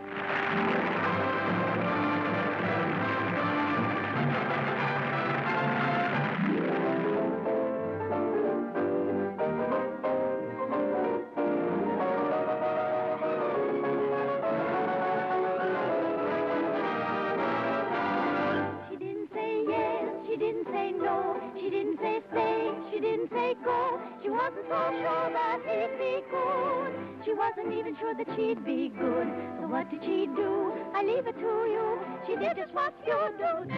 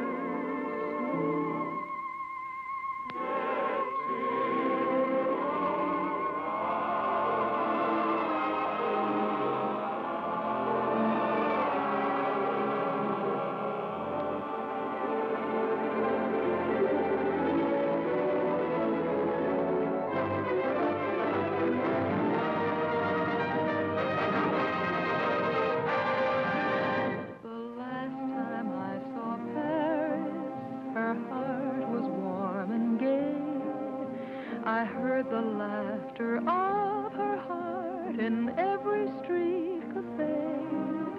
The last time I saw Paris, her trees were dressed for spring, and lovers walked beneath those trees, and birds found songs to sing.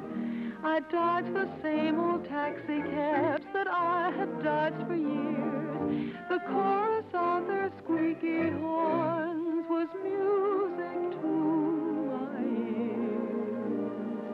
The last time I saw Paris, her heart was warm and gay. No matter how they change her, I'll remember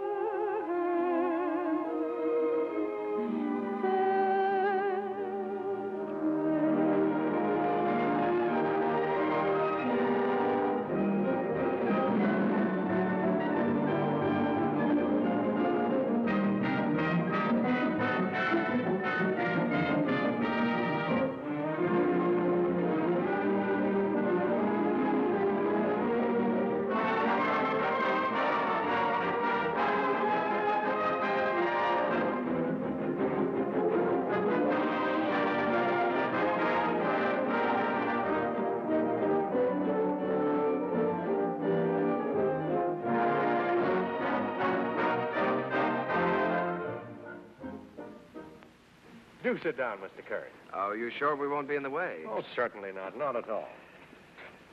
Well, I can't get over this, Mr. Artide. We certainly don't grow stages like this on Broadway. Darling, look at the size of that orchestra. Why, you have everything in the world to work with here. That's right, Mr. Kern. We've tried to give you the best of everything. Is that so? What was the number you were going to do today? Well, we found an old song of yours that you did first in 1917, called The Land Where Good Songs Go. Oh, I'd almost forgotten about that one. We're using it as a frame for some of your other songs. What star is going to sing this? Well, Mr. Kern, as a matter of fact, we're trying out a newcomer. Oh, a newcomer. This girl did a test for us in New York, and it impressed us, so we flew her out here. She hasn't done much yet, but we have great hopes for her. Quiet! All right, girls. We're ready. Ready for a take. All right, let's try one. Places, please. Okay, Charlie. Hit the lights. Quiet. Okay, roll 'em. Action.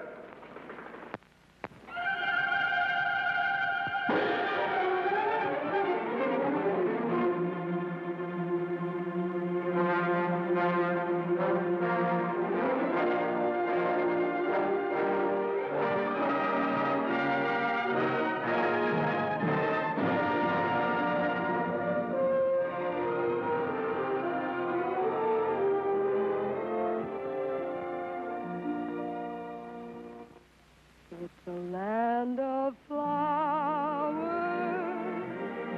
and April showers with sunshine in between, with roses blowing and rivers flowing amid rushes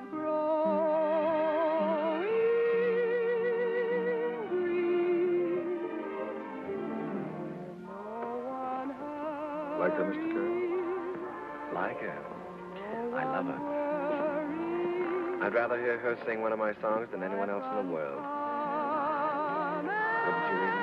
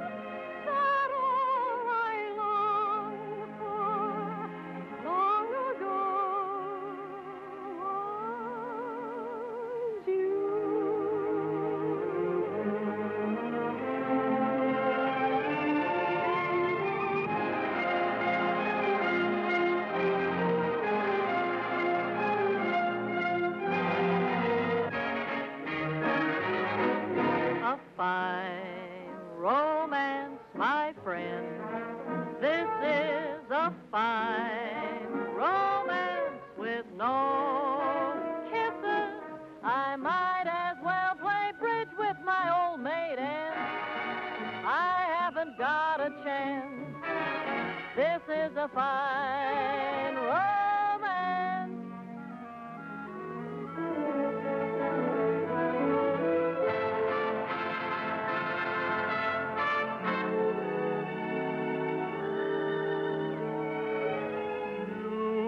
You are the promised kiss of springtime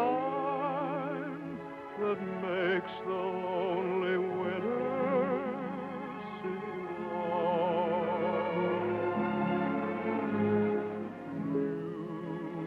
You are the breathless hush of evening that trembles on the brink of a lovely song.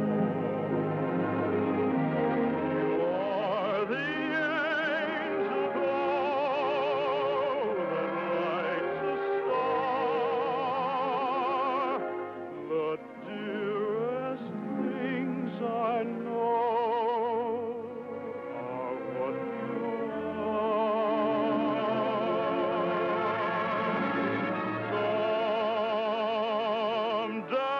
Someday my happy arms will hold you, and someday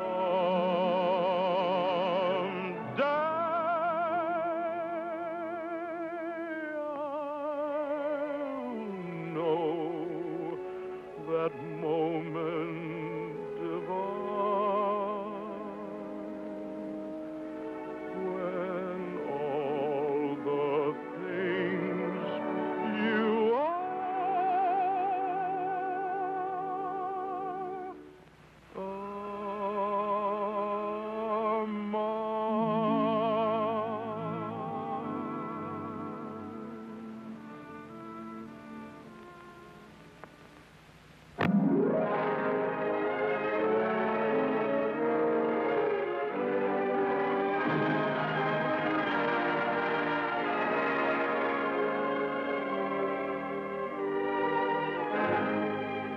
Why was I born?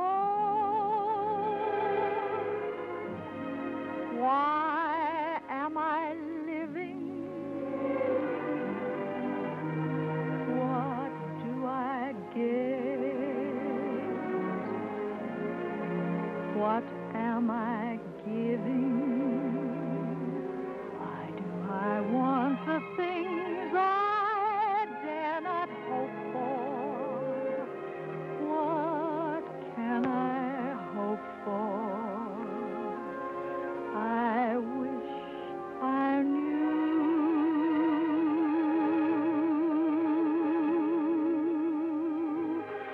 Why do I try to draw you near me? Why do I cry? You never hear me. I'm a poor fool, but what can I do?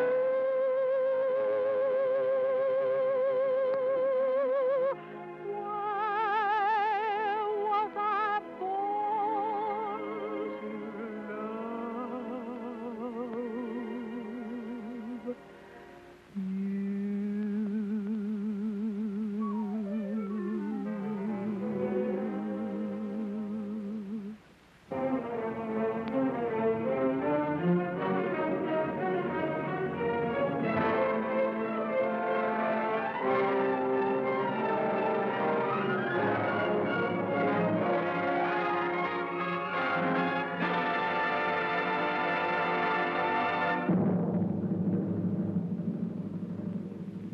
Old Man River,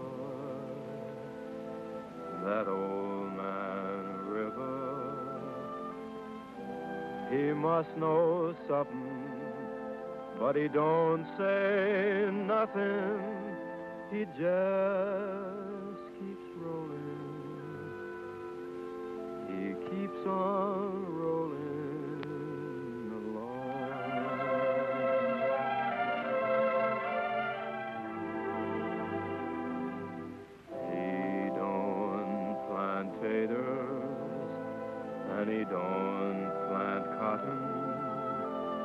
And them what plant some is soon forgotten, but Old Man River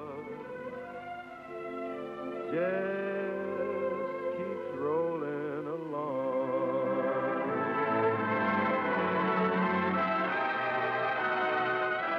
You and me, we sweat and strain, bodies all aching and racked with pain. Tote that bar, lift that bell, you'll get a little drunk, and you'll land in jail.